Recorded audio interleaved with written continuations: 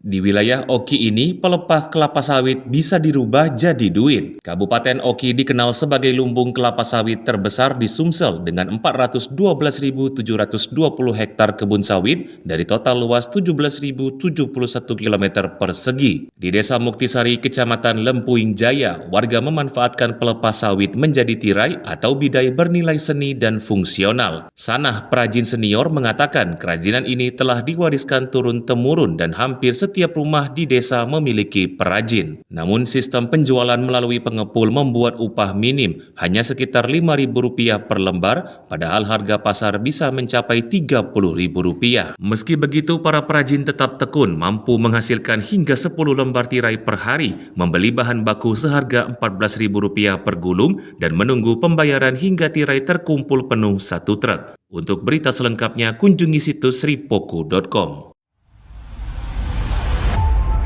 Saksikan Saksi Kata hanya di YouTube Sri Poku TV.